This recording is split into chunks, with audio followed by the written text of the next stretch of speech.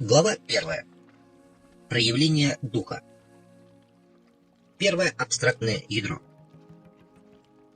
Всякий раз, когда предоставлялся случай, Дон Хуан рассказывал мне короткие истории о магах его партии и особенно о своем учителе, Нагвале Хулиане.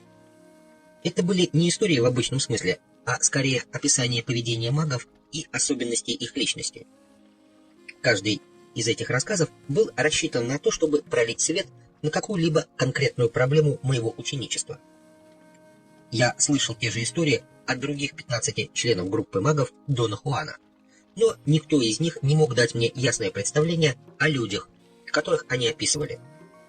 Мне не удавалось убедить Дона Хуана подробно описать этих магов, поэтому я почти примирился с тем, что мне никогда не узнать о них достаточно глубоко. Однажды в полдень в горах Южной Мексики Дон Хуан, очередной раз объясняя сложности овладения осознанием, вдруг сделал заявление, которое совершенно поставило меня в тупик. «Мне кажется, настало время поговорить о магах нашего прошлого», — сказал он. Дон Хуан объяснил, что мне необходимо начать делать выводы, основанные на систематическом взгляде на прошлое, выводы как о мире повседневной жизни, так и о мире магии. «Маги имеют жизненно важную связь со своим прошлым», — сказал он. «Но я не имею в виду их личное прошлое. Для магов их прошлое заключается в делах, которые совершили другие маги. И сейчас мы собираемся заняться анализом именно такого прошлого. Обычный человек тоже занят анализом прошлого, но он делает это из личных соображений. Маги в таком случае заняты совершенно противоположным. Они обращаются к своему прошлому, чтобы получить точку отсчета. Но разве не это делает каждый из нас? Именно за ним мы и обращаемся к прошлому». «Нет», — ответил он с ударением. «Средний человек соизмеряет себя с прошлым, своим личным прошлым или прошлыми знаниями своего времени, для того, чтобы найти оправдание своему поведению в настоящем или будущем. Или чтобы найти для себя модель.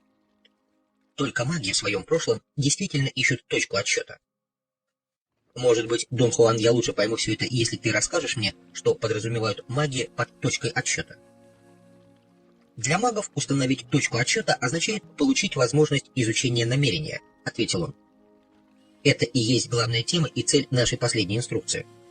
И ничто не сможет помочь магу так хорошо увидеть намерения, как рассмотрение историй других магов, боровшихся за понимание этой же силы».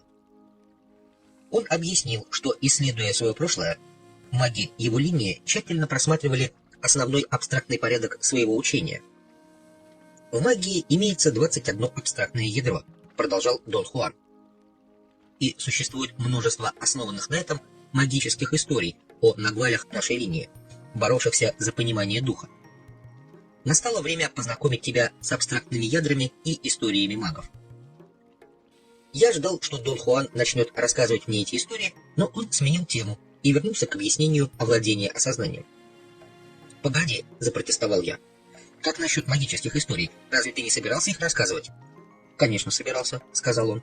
«Однако это не те истории, которые можно рассказывать как сказки. С их помощью ты должен обдумать свой путь, а затем оживить их». Последовала долгая пауза. Я не решался настаивать, чтобы он рассказал мне эти истории, так как боялся совершить нечто такое, в чем сам потом стану раскаиваться. Но мое любопытство было сильнее здравого смысла. «Ну, начинай их, наконец», — проворчал я. Дон Хуан, явно уловив ход моих мыслей, ехидно усмехнулся. Он встал и жестом велел мне следовать за собой.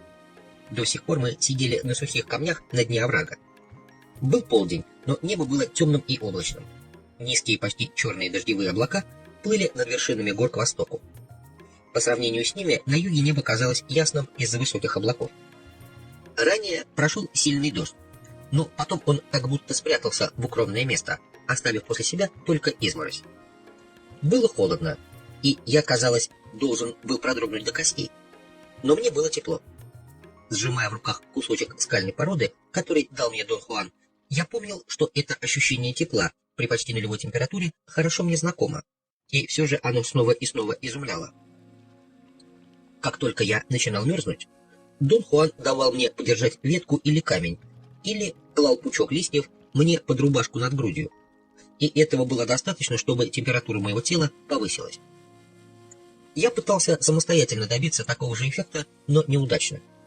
Он объяснил, что меня согревают не эти манипуляции, а его внутреннее безмолвие, и что ветки, камни или листья — это лишь способ поймать мое внимание и сохранить его в фокусе.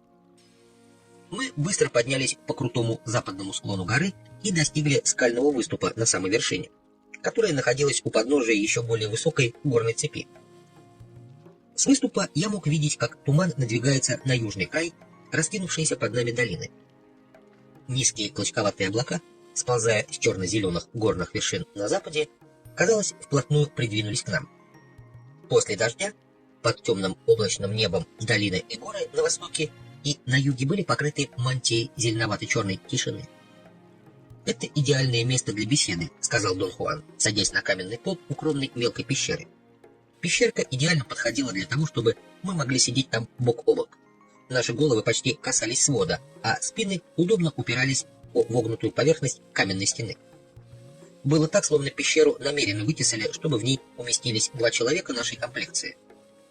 Я заметил еще одну странную особенность пещеры. Когда я стоял на выступе, я мог видеть всю долину и линии гор к востоку и к югу, но когда я садился, то оказывался как бы затиснутым в скалах. При этом выступ находился на уровне пола пещеры и был плоским. Я уже собирался указать Дону Хуану на этот странный эффект, однако он меня опередил. Эта пещера сделана людьми. Выступ имеет некоторый уклон, но на глаз этого определить нельзя. Кто сделал эту пещеру, Дон Хуан? Маги древности. Возможно, 1000 лет назад. И одной из особенностей этой пещеры является то, что животные, насекомые и даже люди никогда не наведываются сюда. Видимо, маги древности наделили ее враждебной энергией, которая заставляет все живые существа, попавшие в нее, испытывать сильный дискомфорт. Странно, но я непонятным образом чувствовал себя здесь счастливым и защищенным. Чувство физического удовольствия буквально заставляло трепетать мое тело. У меня было приятное, совершенно восхитительное ощущение в районе желудка. Это ощущение напоминало легкую щекотку. «Я не чувствую никакого неудобства», — заметил я. «Я тоже», — согласился он. «Это означает только то, что мы с тобой не слишком далеки по характеру от тех магов прошлого». Я боялся развивать эту тему, поэтому подождал, пока он заговорит снова. Первая магическая история, которую я хочу рассказать тебе, называется «Проявление духа», — начал Дон Хуан. Но пусть это название тебя не смущает. Проявление духа — это всего лишь первое абстрактное ядро, вокруг которого строится первая магическая история. Это первое абстрактное ядро само по себе является историей. В ней говорится, что давным-давно был человек, обычный человек без особых свойств. Как и всякий иной, он был проводником духа. И благодаря этому, как и любой другой, он был частью духа, частью абстрактного. Но он не знал этого. Повседневные дела так занимали его, что у него не было ни времени, ни желания серьезно подумать о таких вещах. Дух безуспешно пытался проявить свою связь с ним. С помощью внутреннего голоса дух рассказывал свои секреты, но человек не был способен понять эти откровения. Естественно, он слышал внутренний голос, но был уверен, что это его собственные чувства и мысли. Чтобы вытянуть человека из его дремотного состояния, дух дал ему 3 знака, 3 последовательных проявления. Дух физически пересек путь человека самым очевидным образом. Но человек, кроме себя самого, ничего вокруг не замечал. Дон Хуан остановился и взглянул на меня, как он делал, когда ждал моих замечаний или вопросов. Мне нечего было сказать. Я не понимал, к чему он ведет. «Только что я рассказал тебе первое абстрактное ядро», — продолжал он. «Могу еще добавить, что по причине полного нежелания этого человека понимать, дух вынужден был применить уловку. И уловка стала сущностью пути магов. Но это уже другая история». Дон Хуан объяснил, что маги понимали это абстрактное ядро как схему событий или неоднократно повторяющуюся модель, которая проявлялась всякий раз, когда намерение указывало на что-то значительное. Таким образом, абстрактные ядра являются схемами полной цепи событий. Он заверил меня, что каждая деталь каждого абстрактного ядра при помощи не поддающихся пониманию средств вновь и вновь повторялось каждому Нагвалю ученику. Далее он заверил меня, что он помог намерению вовлечь меня во все абстрактные ядра магии тем же способом, каким и его бенефактор Нагваль Хулиан и все Нагвали до него вовлекали своих учеников. Процесс, в котором каждый Нагваль-ученик встречает абстрактные ядра, создает серии историй, сотканных вокруг этих ядер и включающих особенности личности и обстоятельств каждого ученика. Дон Хуан сказал, что у меня, например, тоже есть своя история о проявлении духа.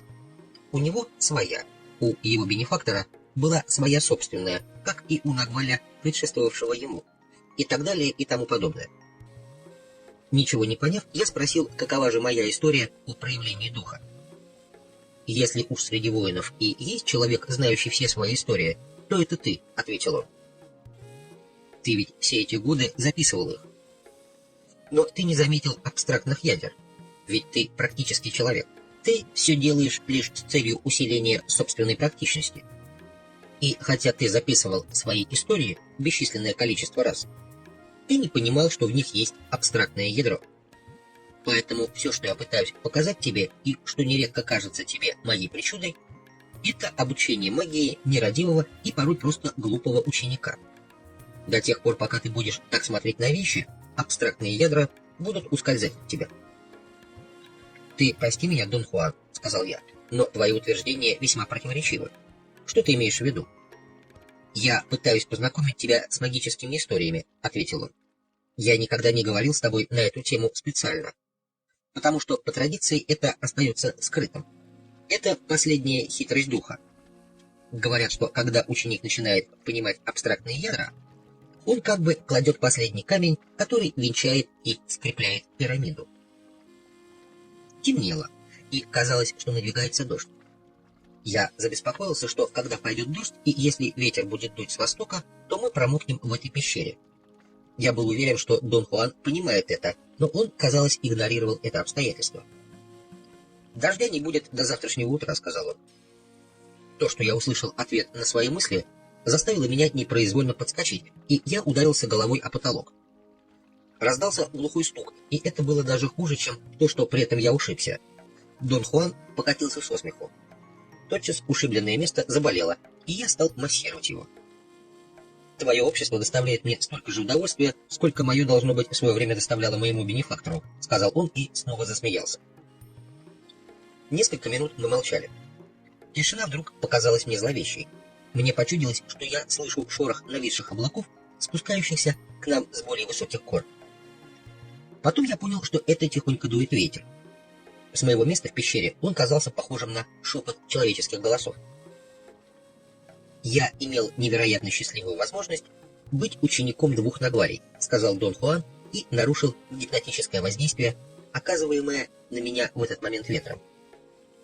Одним из них, разумеется, был мой бенефактор, Нагваль Хулиан, а другим был его бенефактор Нагваль Элиас. Мой случай уникален. «Почему уникален?» — спросил я. «Потому что из поколения в поколение Нагвали начинали собирать учеников лишь через годы после того, как их собственные учителя покидали мир», — ответил он. «Исключением был мой бенефактор. Я стал учеником Нагваля Хулиана за 8 лет до того, как его бенефактор покинул мир. Эти 8 лет были для меня как дар. Это была самая большая удача, какую только можно было вообразить, так как у меня была прекрасная возможность учиться у двух противоположных по характеру людей. Было так, как если бы тебя воспитывал сильный отец и еще более сильный дед, которые не сходятся во взглядах между собой. В этом споре всегда побеждал дед, поэтому я, собственно говоря, скорее продукт обучения Нагваля Элиаса. Я ближе к нему не только по темпераменту, но даже и по виду.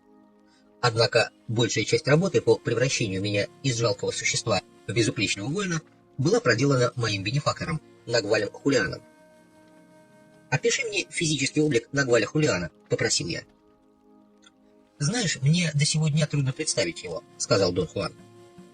«Я понимаю, это прозвучит нелепо, но в зависимости от необходимости он мог быть молодым или старым, привлекательным или невзрачным, истощенным и ослабленным, или сильным и мужественным, толстым или худым, или средней комплекции, среднего роста или коротышкой. Ты имеешь в виду, что он был артистом и играл разные роли с помощью ухищрений? Нет, никаких ухищрений он не использовал. И был он не просто актером. Он был, конечно, своего рода великим артистом, но дело совсем не в этом. Суть в том, что он наделен был даром трансформации и мог становиться диаметрально противоположными личностями. Актерский талант давал ему возможность изображать все мельчайшие детали поведения, что делало реальным каждый его образ. Можно сказать, что он так же непринужденно менял личность, как ты каждый раз непринужденно меняешь одежду. Я нетерпеливо попросил Дона Хуана рассказать мне о превращениях его бенефактора побольше. Он сказал, что никто научил Нагваля Хулиана подобным превращениям, но продолжать рассказ об этом далее означало бы перейти на другие истории. «Как выглядел Нагваль Хулиан, когда он ни в кого не превращался?» — спросил я.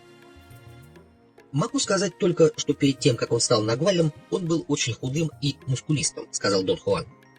«У него были черные волосы, густые и вьющиеся, длинный красивый нос, крепкие большие белые зубы, овальное лицо, мощный подбородок и лучистые темно-карие глаза. Ростом он был около 5 футов 8 дюймов. Он не был ни индейцем, ни даже смуглым мексиканцем, но не был и англосаксом. Фактически он ни на кого не был похож, особенно в последние годы, когда цвет его кожи постоянно изменялся, от очень темной до очень светлой и опять до темной. Когда я встретил его впервые, он был смуглым стариком, затем со временем стал светлокожим молодым человеком, возможно, лишь на несколько лет старше меня. Мне же тогда было 20. Но если изумляли перемены его внешности, продолжал Дон Хуан, то изменения его настроения и поведения, сопровождавшие их, изумляли еще больше. Например, когда он был толстым молодым человеком, он был веселым и чувствительным. Когда он превращался в худого старика, он становился мелочным и мстительным. Будучи старым толстяком, он воплощался в слабоумного. «Был ли он когда-нибудь самим собой?» — спросил я. «Да, был, но совсем по-другому, чем я сам», — ответил он. «Поскольку меня не интересует превращение, я всегда один и тот же, но он совсем не был похож на меня». Дон Хуан посмотрел на меня, как бы оценивая мою внутреннюю силу. Он улыбнулся и, покачав головой из стороны в сторону, разразился утробным смехом. «Что тебя так позабавило, Дон Хуан?» — спросил я. «Дело в том, что ты все еще слишком скован и дотошен, чтобы в полной мере оценить природу превращений моего бенефактора и весь их размах», — сказал он. «Мне остается только надеяться, что, когда я тебе об этом рассказываю, тебя не охватывает патологический страх». По какой-то причине я внезапно почувствовал себя очень неуютно, и мне захотелось сменить тему разговора. «Почему Нагваля называют бенефактор, а не просто учитель?» — спросил я. «Называя Нагваля бенефактором, ученики выражают свое к нему уважение», — сказал Дон Хуан. «Нагваль вызывает у своих учеников огромное чувство благодарности, ведь он формирует их и проводит сквозь невообразимые области». Я заметил, что учить — это, по-моему, величайшее и самое актуальное действие, которое один человек может совершить для другого. «Для тебя обучение — это разговоры о моделях поведения», — сказал он. «У мага обучение — это то, что делает Нагваль для своих учеников. Ради них он имеет дело с главной силой во Вселенной — намерением. Силой, которая изменяет или перетасовывает вещи, или оставляет их такими, как они есть. Нагваль определяет, а затем направляет то влияние, которое эта сила может оказать на его учеников. Если бы Нагваль не направлял намерения, они не испытывали бы ни благоговейного страха, ни изумления. И вместо того, чтобы отправиться в магическое путешествие к открытию, его ученики всего лишь обучались бы ремеслу целителя, колдуна, шарлатана или кого-нибудь еще. «Ты можешь объяснить мне намерение?» — спросил я. Единственный способ узнать намерение — это узнать его непосредственно через живую связь, которая существует между намерением и всеми чувствующими существами, — ответил он. Маги называют намерение неописуемым, духом, абстрактным, Нагвалем. Я предпочел бы называть его Нагвалем, но тогда это название совпадало бы с именем лидера, бенефактора, который тоже зовется Нагвалем. Поэтому я остановил свой выбор на названии «дух», намерение абстрактное. Внезапно Дон Хуан прервал разговор, предложив мне помолчать и подумать над тем, что он только что сказал. Тем временем сильно стемнело. Тишина была такой глубокой, что она возбуждала вместо того, чтобы успокаивать, и я не мог упорядочить мысли. Я пытался сфокусировать внимание на истории, которую он мне рассказал, но вместо этого думал о чем угодно ином, пока в конце концов не заснул.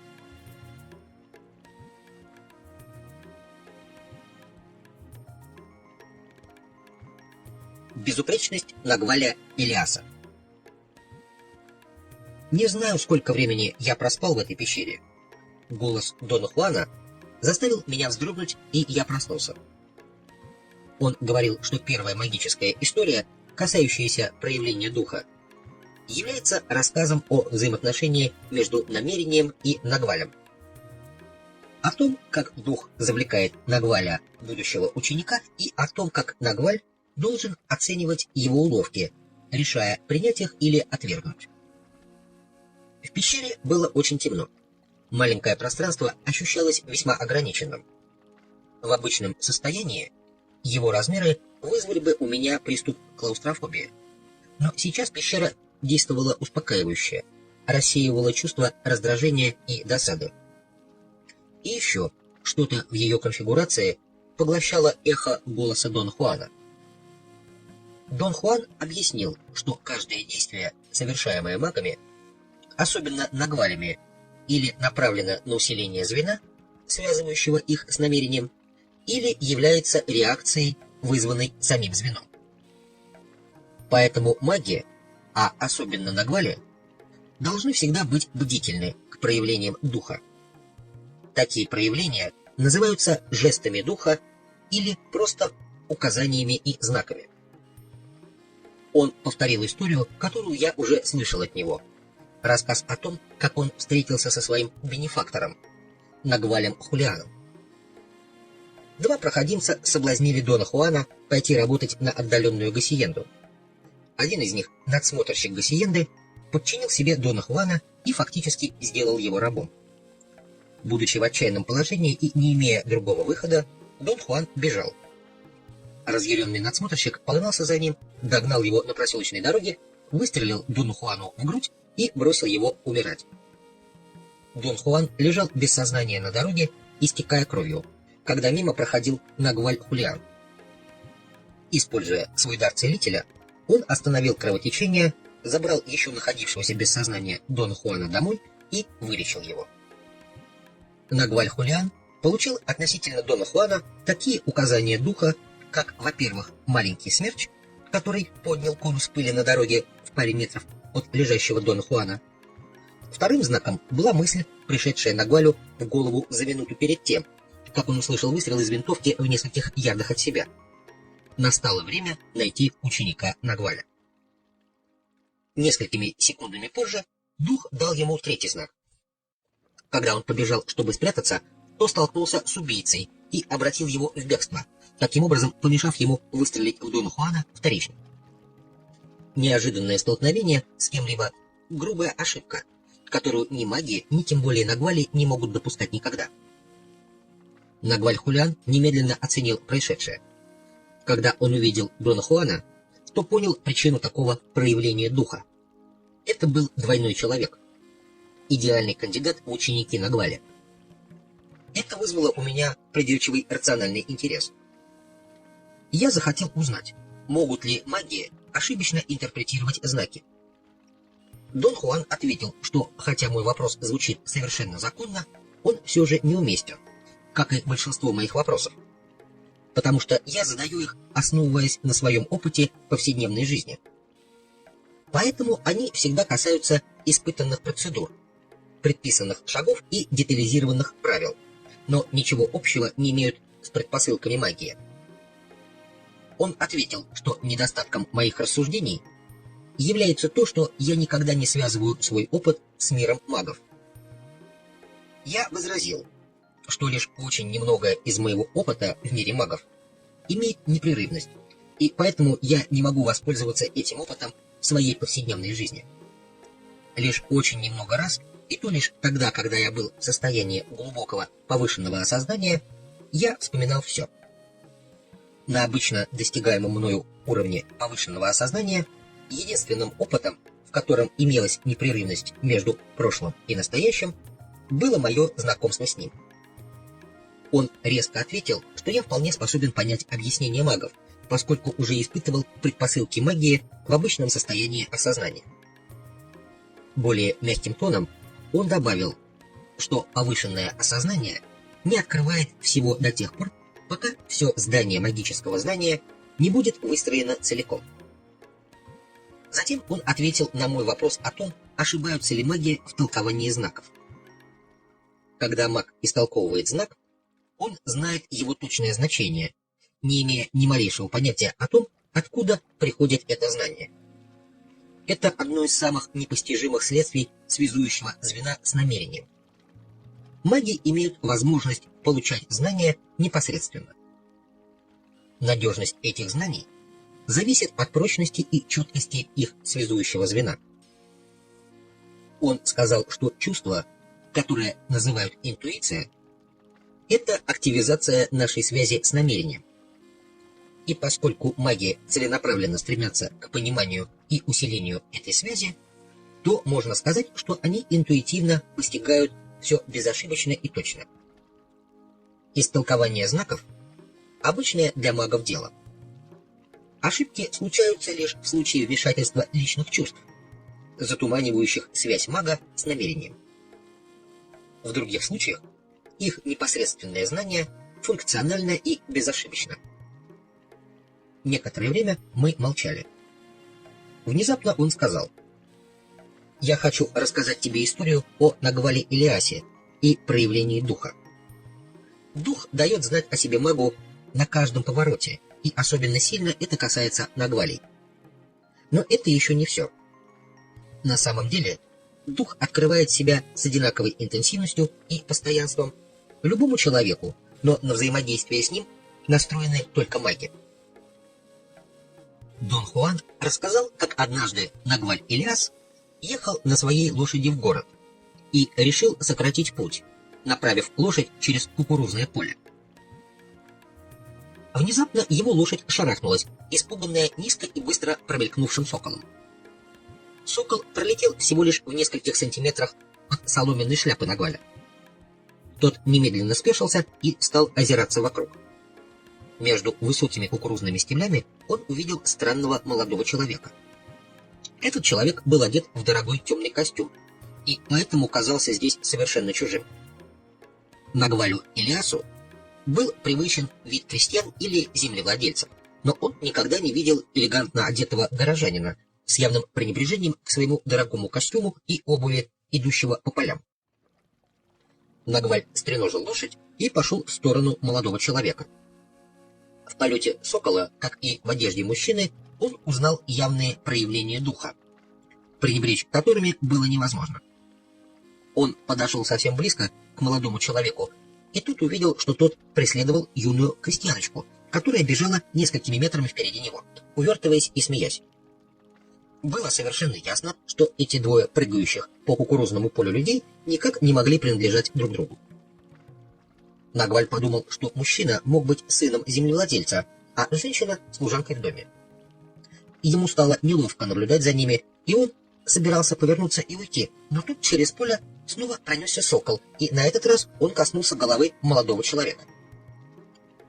Птица спугнула парочку. Они остановились и посмотрели вверх, пытаясь угадать, когда сокол пролетит еще раз. Нагваль отметил, что мужчина красив и что глаза у него быстрые и беспокойные. Потом парочке надоело наблюдать за соколом, и они вернулись к своей игре. Мужчина поймал женщину, обнял и мягко уложил на землю. Нагваль предполагал, что они займутся любовью, но вместо этого тот снял свою одежду и стал дефилировать перед женщиной в обнаженном виде. Она не закрыла глаз от смущения, не вскрикнула от стыда или страха. Загипнотизированная чарами обнаженного мужчины, она только хихикала. А он прыгал вокруг нее, как сатир, делая непристойные жесты и смеясь.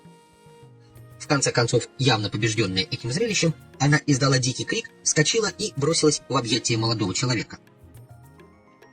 Нагваль-Элиас признавался Дону Хуану, что указания духа в такой ситуации совершенно сбивали с толку.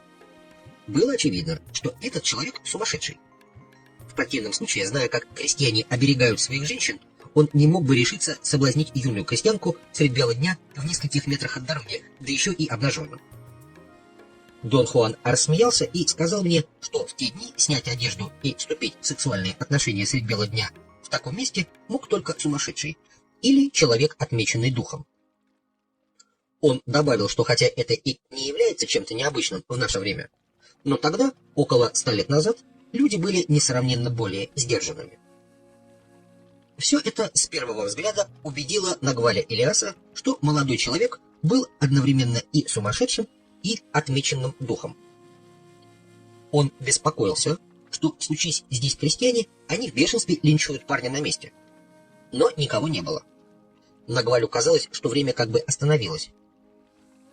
Когда молодой человек закончил заниматься любовью, он оделся, достал носовой платок и тщательно смахнул пыль со своей обуви.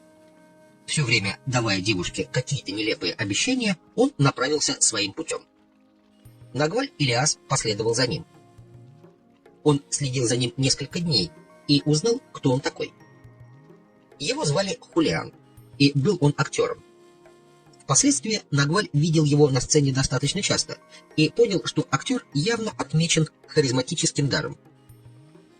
Публика, особенно женщины, любили его, и он без стеснения использовал свой дар для соблазнения женщин.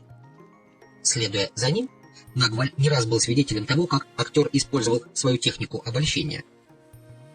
Оставаясь наедине со своими обожательницами, он демонстрировал себя обнаженным и ждал, пока ошеломленная этим женщина не сдавалась сама. Его техника была чрезвычайно эффективной. Нагваль должен был признать, что актер преуспевал во всем, кроме одной весьма существенной вещи. Он был смертельно болен. Нагваль видел черную тень смерти, которая повсюду следовала за ним. Дон Хуан еще раз повторил мне то, что объяснял несколько лет назад. Наша смерть — это темное пятно, чуть позади левого плеча. Маги знают, когда человек близок к смерти, потому что могут видеть похожее на движущуюся тень темное пятно, такое же по форме и размеру, как человек, которому оно принадлежит. Осознание неотвратимого присутствия смерти смутило Нагваля. Он удивлялся, как дух мог отметить столь безнадежно больную личность. Его учили, что обычно нужно предпочитать естественный порядок событий. Кроме того, Нагваль сомневался, что у него хватит сил и способностей исцелить этого юношу или оказать сопротивление черной тени его смерти. Он сомневался даже в том, сможет ли понять, зачем дух вовлек его в столь очевидно бессмысленную ситуацию. Нагвалю ничего не оставалось, как следовать за актером и ждать возможности поглубже разобраться в происходящем. Дон Хуан объяснил, что первой реакцией Нагваля при непосредственном столкновении с проявлениями духа является стремление видеть всех вовлеченных в ситуацию людей. Нагваль-Элиас с момента встречи с этим человеком тщательно заботился о том, чтобы видеть его. Видел он также и крестьянку, которая также была частью явленного духом знака. Но увидеть что-нибудь такое, что, по его мнению, гарантировало бы проявление духа, ему не удавалось. Однако в процессе наблюдения очередного соблазнения способность Нагваля видеть обрела новую глубину. На этот раз поклонницей актера была дочь богатого землевладельца, и с самого начала именно она полностью контролировала ситуацию. Нагваль узнал об их свидании, подслушав, как она сама предлагала актеру встретиться на следующий день. Нагваль спрятался напротив ее дома и на рассвете увидел, как юная женщина вышла из дома и, вместо того, чтобы отправиться к ранней мессе, пошла навстречу с актером. Актер ждал ее, и она уговорила его последовать за ней в открытое поле. Он явно колебался, но она высмеяла его и не позволила уклониться от свидания. Пока Нагваль наблюдал, как они потихоньку уходили, у него появилась абсолютная уверенность в том, что в этот день непременно должно случиться нечто такое, чего никто из участников не ожидал. Он увидел, что черная тень актера выросла почти в 2 раза выше него самого. Заметив жесткий таинственный взгляд молодой женщины, Нагваль сделал вывод, что и она на интуитивном уровне чувствует черную тень смерти. Актер казался погруженным в себя. Он не смеялся, как обычно. Они прошли некоторое расстояние. В какой-то момент они заметили, что Нагваль следует за ними, но он немедленно притворился работающим на земле местным крестьянином. Парочка успокоилась, и это позволило Нагвалю подойти поближе. А затем наступила минута, когда актер сбросил одежду и показал себя девушке. Однако вместо того, чтобы лишиться чувств и упасть в его объятия, как другие покоренные им девушки, она вдруг начала бить его. Она безжалостно пинала его ногами и наступала на босые пальцы его ног, заставив его кричать от боли. Нагваль знал, что этот мужчина не станет бить молодую женщину или даже угрожать ей. Он не поднял на нее и пальца. Дралась только она одна. Он лишь пытался парировать ее удары и настойчиво, но без энтузиазма, пытался соблазнить ее, показывая ей свои гениталии. Нагваль был возмущен и восхищен одновременно. Он понимал, что актер был безнадежным распутником, но также хорошо понимал, что в этом человеке было нечто уникальное, хотя и отвратительное. Все это мешало Нагвалю увидеть, что связующее звено этого человека с духом было необыкновенно четким. В конце концов атака закончилась. Женщина перестала бить актера, но вдруг, вместо того, чтобы убежать, она сдалась, легла и сказала, что актер может делать с ней свое дело. Нагваль заметил, что мужчина так выдохся, что почти терял сознание. Однако, несмотря на совершенно изнуренное состояние, он решился и завершил соблазнение. Нагваль засмеялся и подумал о бесполезности огромной жизненной силы и решительности актера, как вдруг женщина закричала, а актер начал задыхаться. Нагваль увидел, как черная тень поразила актера. Это выглядело подобно кинжалу, попавшему острием точно в просвет. В этом месте Дон Хуан отвлекся, чтобы уточнить то, что он уже объяснил прежде. Он описал просвет, щель в нашей светящейся оболочке на высоте пупка, куда непрерывно ударяется сила смерти. Теперь Дон Хуан объяснил, что смерть толкает и здоровое существо. Она делает это мягко, подобно легкому тычку кулаком. Но когда существо умирает, смерть бьет кинжалоподобным ударом. Таким образом, Нагваль Илиас знал без малейшего сомнения, что актер был так же хорош, как и мертв, и эта смерть автоматически завершает его собственный интерес к предначертаниям духа. Предначертаний больше не оставалось, смерть уравнивала все. Он поднялся из своего укрытия и собирался уйти, но что-то заставило его помедлить. Это было спокойствие молодой женщины. Она беспечно надевала какую-то снятую прежде одежду, нестройно насвистывая, как будто ничего не случилось. И тогда Нагваль увидел, что тело мужчины, поддавшись смерти, сбросило защитный покров и обнаружила свою истинную природу. Это был двойной человек с огромными ресурсами, способный создавать экран для защиты или маскировки, прирожденный маг и идеальный кандидат в Нагвале ученики, если бы только не был кандидатом для черной тени смерти. Это зрелище было для Нагваля совершенной неожиданностью. Теперь предначертания духа стали полностью ясными, но он все еще не мог понять, как такой никуда не годный человек мог вписаться в магическую схему. Тем временем женщина встала и пошла прочь, даже не взглянув на мужчину, чье тело корчилось в предсмертных судорогах. Тогда Нагваль увидел ее свечение и осознал, что эта крайняя агрессивность была вызвана громадным потоком чрезмерной неконтролируемой энергии. Он убедился, что если она не направит эту энергию на разумные цели, та возьмет верх над ней, и невозможно описать, сколько бед это ей принесет. Когда Нагваль увидел, как беспечно она уходит, он понял, что дух дал ему еще одно проявление. Ему понадобилось все его спокойствие и хладнокровие.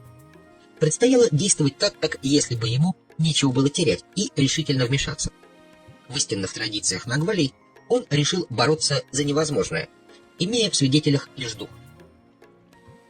Дон Хуан отметил, что в таких ситуациях проверяется, является ли Нагваль истинным или фальшивым. Нагваль принимает решение. Затем он уже не думает о последствиях, а просто действует или нет. Обычный человек постоянно помнит о возможных последствиях, и это парализует его волю.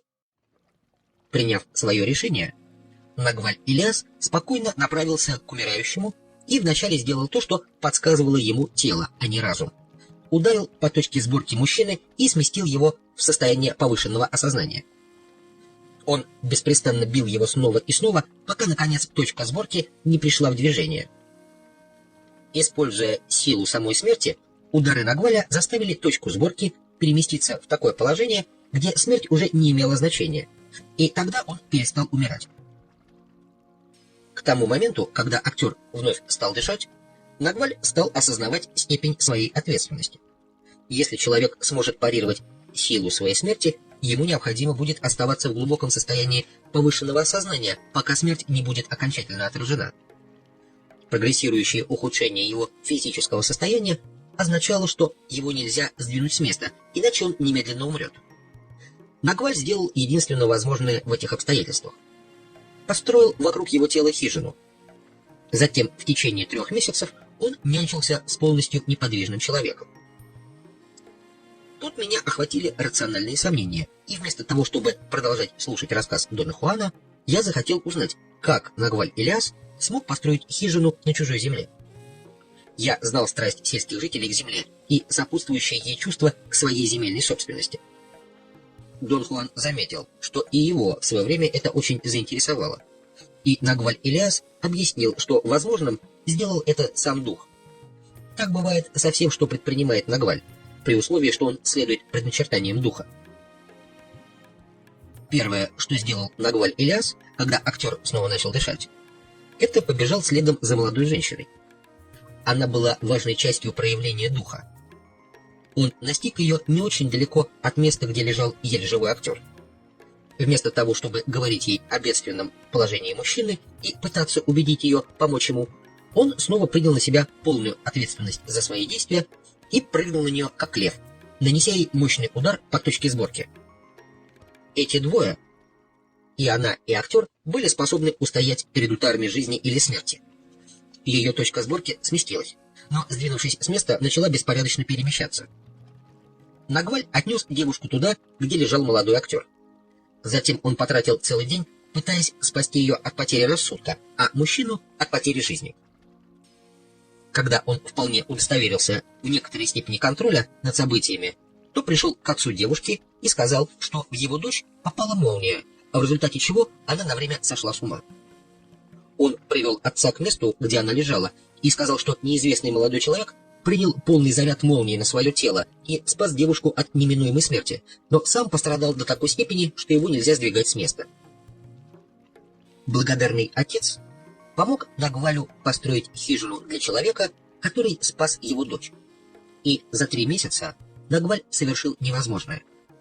Он исцелил молодого человека.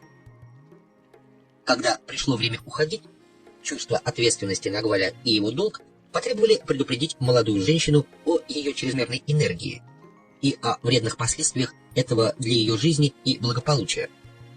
Он предложил ей присоединиться к миру магов, так как только это может стать защитой против ее саморазрушительной силы. Женщина не ответила, и Нагваль вынужден был сказать ей то, что каждый Нагваль говорит своим будущим ученикам во все времена.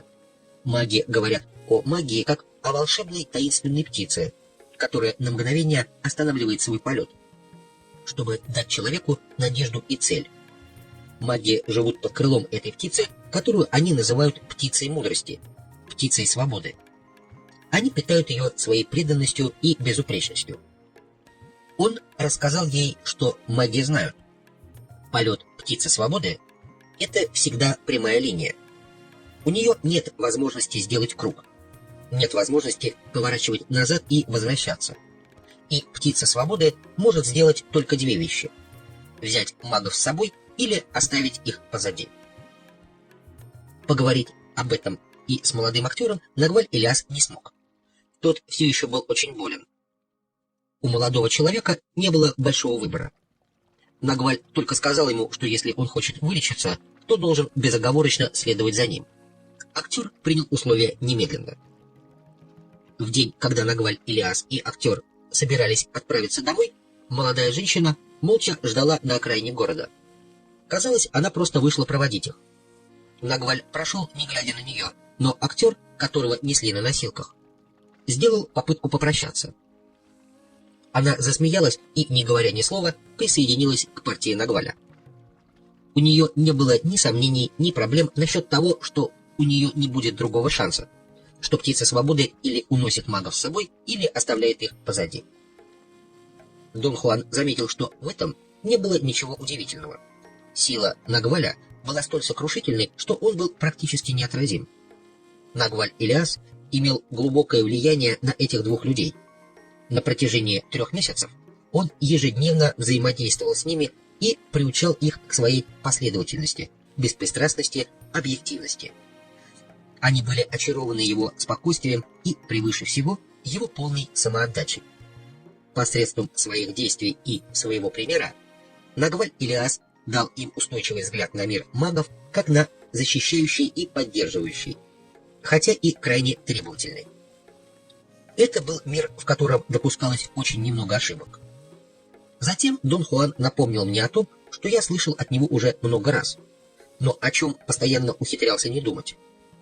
Он сказал, что я не должен забывать даже на мгновение, что птица свободы не особенно жалует нерешительность, и если она улетает, то не возвращается никогда. Вызвавший озноб резонанс его голоса немедленно взорвал царившую лишь мгновение назад вокруг нас мирную темноту. Но Дон Хуан восстановил эту мирную темноту так же быстро, как и вызвал чувство тревоги. Он легонько ткнул меня кулаком в плечо. Та женщина была так могущественна, что могла заставить танцевать под свою дудку кого угодно, сказал он. Ее звали Талия.